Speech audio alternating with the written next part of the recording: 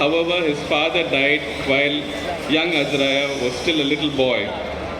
The family shifted to Menyanapuram, where Azariah completed his schooling and then joined college at Palayamkotte.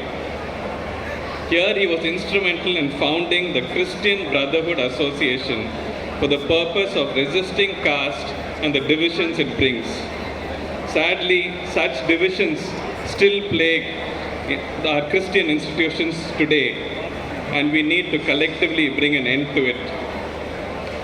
He later pursued BA at the Madras Christian College and was then offered the post of Secretary of YMCA South India.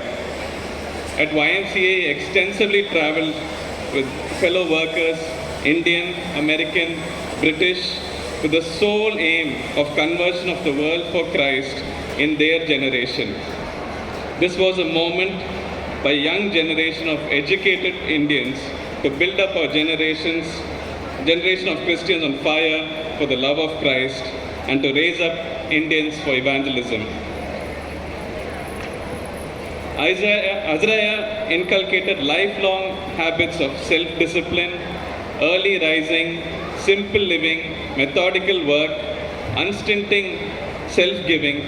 For him, prayer was as natural and essential as eating or sleeping is to us. During one of his missions to Ceylon in 1902, he saw that the Tamil Christians of Jaffna had a missionary society of their own and were sending evangelists to work among the Tamils in India. It struck Azariah to think that his own beloved Christian community in Tirunelveli, with its wealth of church buildings, schools and colleges, had neither given money or its men for the evangelism of its own people, but had left this supremely important task to the foreign evangelists. One night soon after, on a sandy beach, under the shadow of palm trees, with the moonlit sea before him, Azariah prayed, shedding bitter tears as he thought how little Indian Christians were doing to carry out the great commission of their Lord and Master. On return to Tirunelveli, Azariah imparted this idea to a few like-minded and spirit-filled people, and they literally prayed IMS into existence. In February 1903, they founded the IMS at Tirunelveli. Its avowed principles were Indian men, Indian money, Indian management. And its intention was to find an area where no mission was working. No subscription list was sent out, no appeal was made for volunteers, yet God provided men and the means. They moved northward, tried various parts of Tamil Nadu, till they turned their eyes to Andhra Pradesh, where they were told that the southeast corner of the Nizam's colonies is virgin soil. 6,400 square kilometers of jungle where no missionary had yet penetrated. In April 1903, the first missionaries from IMS, Samuel Bhakyanathan and his brother, settled in Andhra Pradesh. By God's providence, the mission center was established at a place called Donakal. The place was only connected by rail, and travel to neighboring villages was only by bullock carts and by foot. The villages were backward beyond belief, and the jungles were infested with wild animals like tigers, leopards, and deadly reptiles. God then spoke to Azariah to leave Tirunelveli and settle in Donakal. His like-minded and God-fearing wife, Anbu, and the family graciously accepted the call. It was painstakingly slow. Only 3 years later, in August 1906, the first baptism service took place in which 23 adults got baptized. In the first 25 years of the ministry in Andhra Pradesh, the baptized believers exponentially increased to 2.5 lakh people. Azariah's work left a mark on the British Bishop of Madras, Bishop Whitehead, that he proposed to nominate Azariah as the first Indian bishop. It was opposed vehemently, but after 3 years, the opposition melted away and the proposal was accepted in its entirety. Azariah was consecrated Bishop of Donagal at a well-attended grand service at Calcutta's Cathedral.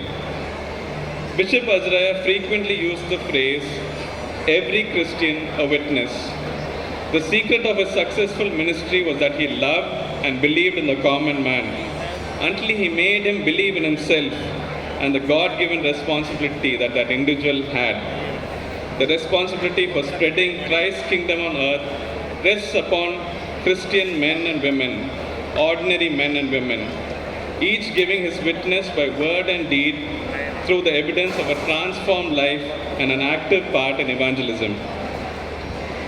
He said this, "I used to go around many churches and have the baptized members place their hands on their heads and repeat after me, 'I am a baptized Christian. Woe to me if I do not preach the gospel.'" Indians are known to be religious, and Indians are known to have their strong political views. Bishop Azariah represented Christians of the country in the political space as chairman of the National Christian Council of India.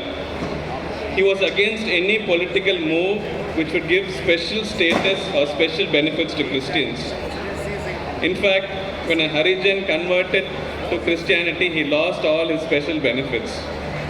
He was confident that an independent India would give liberty to practice and proclaim one's religious beliefs.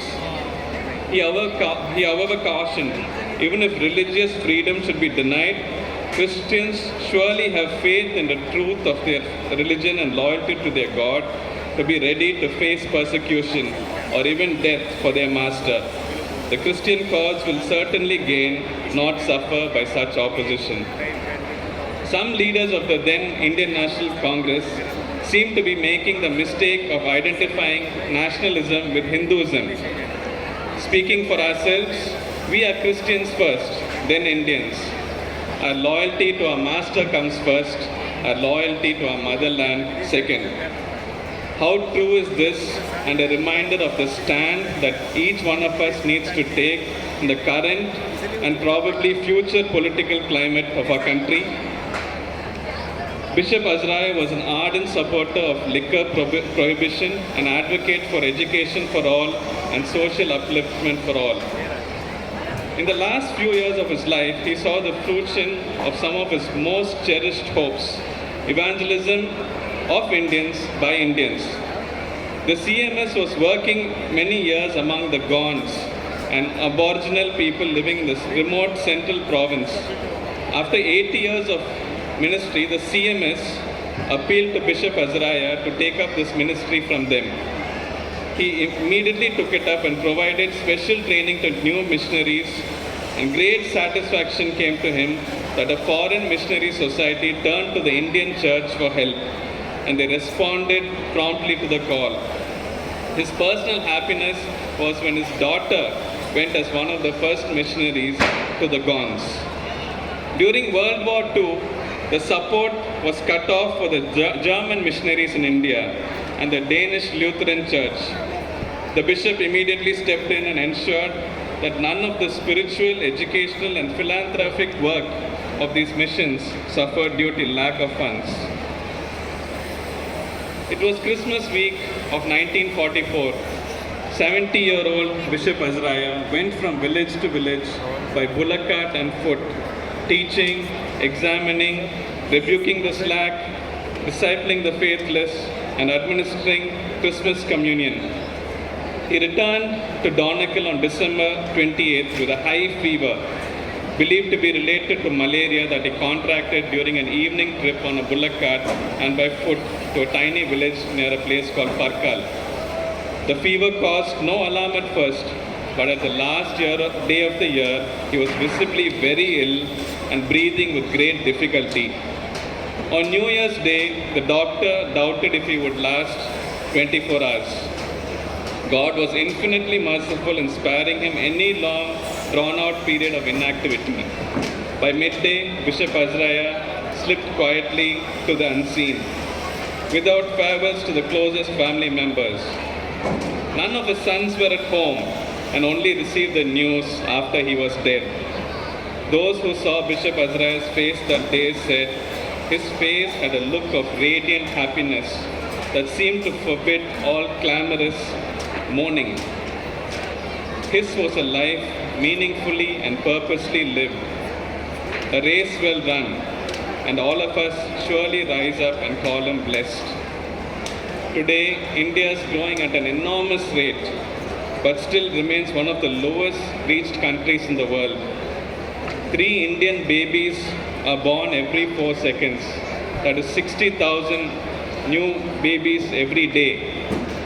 1 Indian dies every 3 seconds. That is 25,000 a day.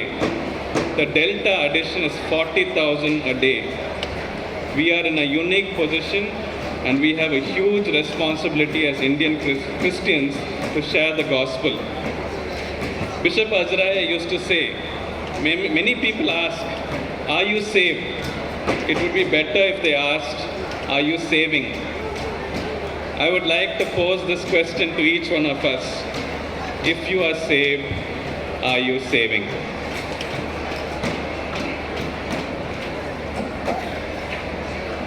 Without further ado, it is my joy, honor and privilege to declare the Festival Sale 2022 of the Indian Missionary Society, Chennai branch open.